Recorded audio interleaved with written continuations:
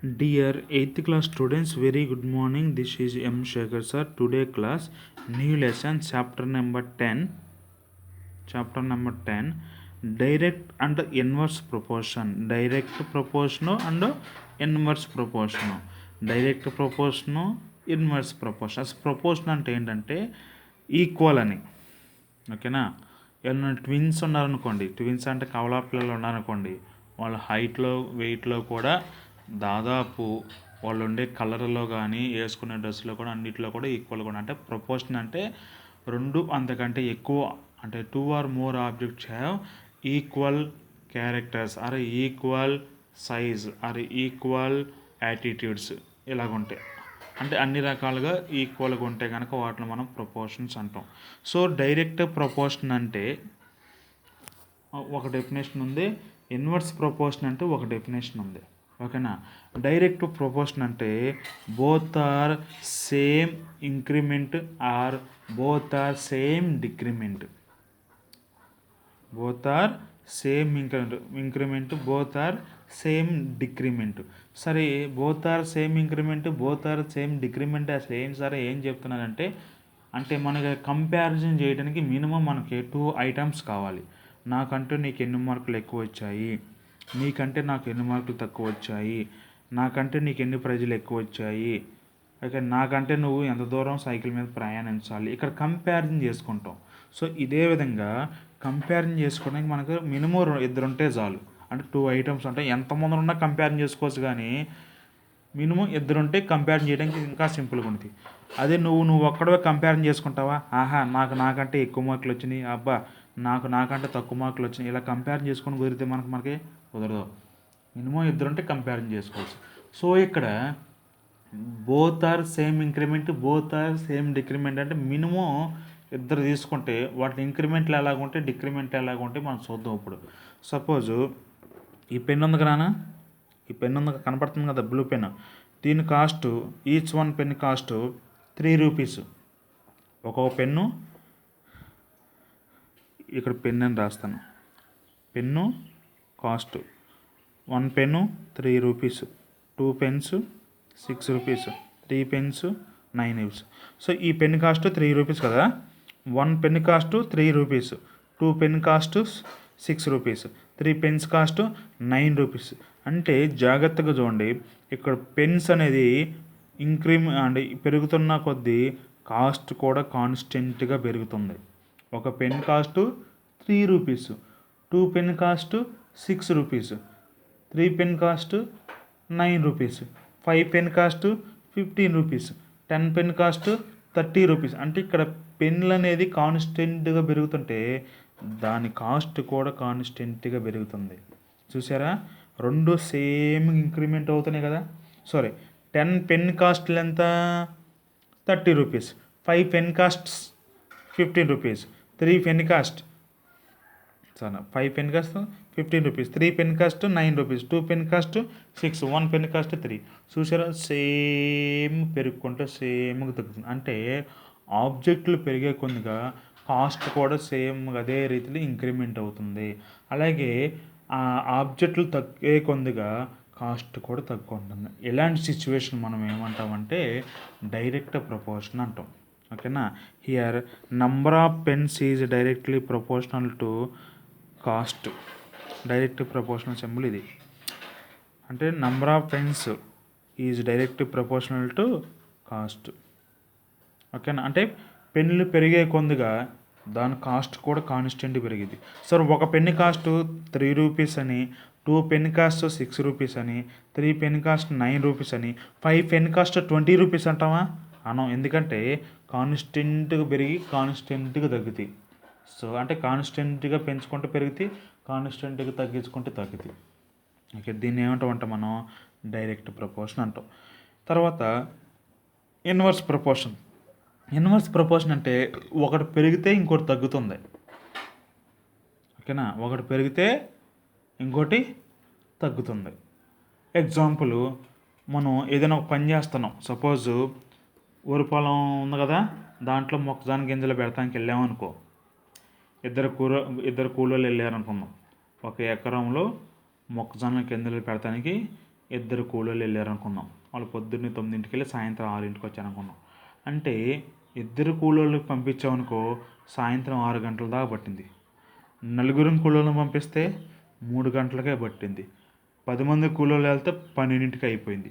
అంటే ఇక్కడ కూలోళ్ళు పెరిగే కొద్దిగా, లేబర్స్ పెరిగే కొద్దిగా, పనిచేసే వాళ్ళు పెరుగుతుంటే టైం అనేది తగ్గుతుంది. చూసారా, ఒకటి పెరుగుతుంటే ఇంకోటి తగ్గుతుంది. ఇంకా మనకు అర్థం కావడానికి మన స్కూల్ గ్రౌండ్ సంథింగ్, మన స్కూల్ ఉంది కదా, దాన్ని క్లీన్ చేద్దాం అనుకున్నాం. మనందరం కలిసి క్లీన్ చేద్దాం అనుకున్నాం. ఒక 3 పంపించాను. పొద్దున్నే 9 కాడి నుంచి మధ్యాహ్నం 3 దాకా కూర్చారు. 5 పంపించాను, 2 వరకే కూర్చారు. 10 మంది పంపించాను, 1 గంట వరకు కూర్చాను. 50 మంది పంపించాను, 11 కూర్చేశారు. అంటే ఇక్కడ పనిచేసే వాళ్ళు ఎక్కువ మంది అవుతుంటే, నెంబర్ ఆఫ్ లేబర్స్ ఎక్కువ మంది అవుతుంటే టైం అనేది డిక్రీజ్ అవుతుంది. లేబర్స్ పెరుగుతుంటే, అంటే లేబర్స్ ఇంక్రీజ్ అవుతుంటే టైం డిక్రీజ్ అవుతుంది. లేబర్స్ తగ్గిపోతుంటే, తక్కువ మంది కూలీలు వెళ్తే టైం ఎక్కువ పడుతుంది. అంటే ఒక ఆబ్జెక్ట్ ఇంక్రిమెంట్ అవుతే ఇంకో ఆబ్జెక్ట్ అనేది డిక్రిమెంట్ అవుతుంది. అంటే ఒకటి తగ్గుతుంటే ఇంకోటి పెరుగుతుంది. ఎలాంటి సిచ్యువేషన్ వస్తే మనం దాన్ని ఏమంటామంటే ఇన్వర్స్ ప్రపోర్షన్ అంటాం. ఓకేనా. ఇప్పుడు చూడండి ఒకసారి, మనం లేబర్స్ అన్నాం, కూలీలు అన్నాం. లేబర్స్ ప్లస్ ఇంకోటి దేనికి కంపేర్ చేసాము, టైంకి. కూలీలు పెరిగే కొంది. ఇప్పుడు చూడండి ఒకసారి, 3 కూలీలు వెళ్ళాలనుకున్నాం, 10 అవర్స్ పని చేశారు అనుకున్నాం. 5 మంత్స్ వెళ్తే 6 అవర్స్, 10 అవర్స్ వెళ్తే 2 అవర్స్ అనుకున్నాం.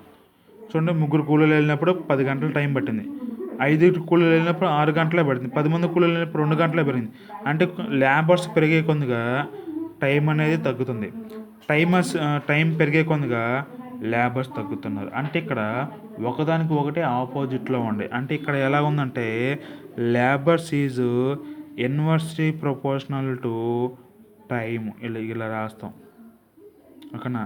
లేబర్స్ ఇన్వర్స్ ప్రపోర్షనల్, రివర్స్ ఇలా రాయాలి. అంటే దీనికి ఒకటే సింపుల్, కాకపోతే ఇలా 1/, రాస్తాయి. ఇలా 1/, రాస్తుందని ఇన్వర్స్ అంటాం. అర్థమైందా. ప్రపోర్షనల్ అంటే 2 కాన్స్టెంట్కి పెరగటం, 2 కాన్స్టెంట్గా తగ్గటం. అలాగే ఇన్వర్స్ ప్రపోర్షనల్ అంటే ఒకటి పెరుగుతుంటే ఇంకోటి మనకి తగ్గుతుంది. దీన్ని మనం ఏమంటాం అంటే డైరెక్ట్, ఇండైరెక్ట్ ప్రపోర్షన్ అంటాం. ఓకేనా, అర్థమవుతుంది కదా. ఓకే, నెక్స్ట్ ఒకసారి చూద్దాం. పేజీ నెంబర్ 234లో ఒక ఎగ్జాంపుల్ చూద్దాం, మీకు అర్థమైంది. If the cost of 65 tea packets of the same size 2600 rupees, what is the cost of 75 such packets?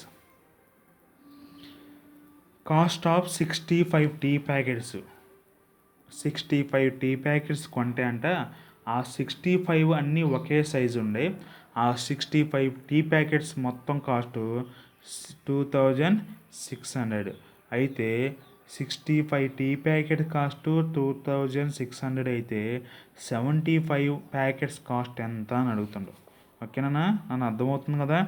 ఇది డైరెక్ట్ ప్రపోర్షనల్లో ఉందా, ఇండైరెక్ట్ ప్రపోర్షనల్లో ఉందో మనం చూసుకోవాలి. ఇప్పుడు 65 టీ ప్యాకెట్స్ ఎంత మనకి 2600. అంటే టీ ప్యాకెట్లు అనేవి పెరుగుతుంటే కాస్ట్ కూడా ఏమవుతుంది, పెరిగిద్ది. టీ ప్యాకెట్లు తగ్గితే కాస్ట్ కూడా తగ్గిద్ది.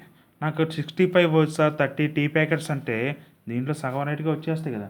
అంటే టీ ప్యాకెట్లు పెరిగే కొద్దిగా కాస్ట్ కూడా పెరుగుతుంది, కాస్ట్ తగ్గే కొద్దిగా టీ ప్యాకెట్లు కూడా తగ్గుతున్నాయి. మరి ఇది డైరెక్ట్ ప్రపోర్షనే, ఇండైరెక్ట్ ప్రపోర్షనా? 2 సమానంగా పెరిగి సమానంగా తగ్గడం, it is equal to direct proportion. చూద్దాం. We know if the number of tea packets purchased increase, the cost also increase. Therefore, cost of tea packets directly varies with the number of tea packets. ఇది చెప్పేది నేను, ఇది ఏ ప్రపోర్షనల్లో ఉందన్నా, direct ప్రపోర్షనల్లో ఉంది. చూద్దాం ఒకసారి. Number of packets 65, cost 2600. Number of packets 75, cost ఎంత తెలియదు. ఓకేనా. మనకి డైరెక్ట్లీ ప్రపోర్షనల్లో ఉంటే మనకు ఫార్ములా చాలా గుర్తుపెట్టుకోండి మీరు.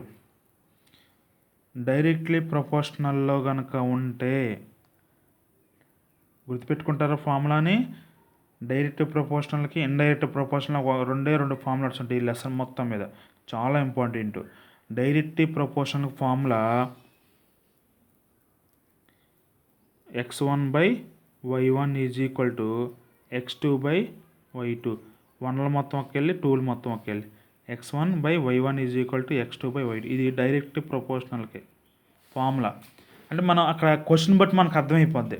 చూడండి ఇక్కడ దీన్ని x1 అనుకుందాం, ఓకేనా. ఇది x2 అనుకుందాం, ఇది y1 అనుకుందాం, ఇది y2 అనుకుందాం, అంతే కదా. x1 x2 y1 y2 ఈ ఫార్ములా ప్రకారం చేస్తే direct proportional formula x1 by y1 is equal to x2 by y2. కాబట్టి ఇది x1 వాల్యూ 65 అంతేనా, by x2 value 2600 is equal to x2 value 75 by y2 value y2 కింద ఇదే మనం కనుక్కోవాలి. క్రాస్ మల్టిప్లికేషన్ చేసామనుకో 65 into y2 is equal to 75 into 2600. 65 ఇంటూలో ఉంది ఇటు పక్క పంపిస్తాం, అది మనకి డివిజన్ అయింది. 75 ఇంటూ 2600 65. దీన్ని క్యాలిక్యులేషన్ చేసి దీంతో డివిజన్ చేస్తే 3000కి వచ్చేస్తుంది. సింపుల్గా ఉంది కదా నా క్వశ్చన్, ఓకే అర్థమైందా. మనకు ఫార్ములా ఏంటి, x1 by y1 is equal to x2 by y2. Question మనం చూడంగానే చదివిన తర్వాత మనం అర్థం చేసుకున్న విధానాన్ని బట్టి అది డైరెక్ట్ ప్రపోర్షన్ సంబంధించిందా ఇన్వర్స్ ప్రపోర్షన్ సంబంధించిందంటే అది డైరెక్ట్ ప్రపోర్షన్ సంబంధించిందంటే ఇలా చేయాలి. ఇప్పుడు దీని ప్రకారం మళ్ళీ ఏం చేస్తాను, x1 అంటే 65 బై x2 అంటే సరే y1 అంటే ఇక్కడ x1 బై y1 అంటే ఎంతన్నాను ఇక్కడ 2600 ఈజ్ ఈక్వల్ టు x2 అంటే 75 బై y2 అంటే y2. క్రాస్ మల్టిప్లికేషన్ చేస్తే 65 into y2 is equal to 75 into 2600. y2 is equal to 75 into 2600 by 65. దీన్ని ఇంటూ చేసి బై 65తో మనం డివిజన్ చేస్తే మనకు కావాల్సిన ఆన్సర్ 3000 వచ్చేది. So cost of 75 packets is equal to 3000 rupee. It is a direct proportion method, ఓకేనా. Now write this one example.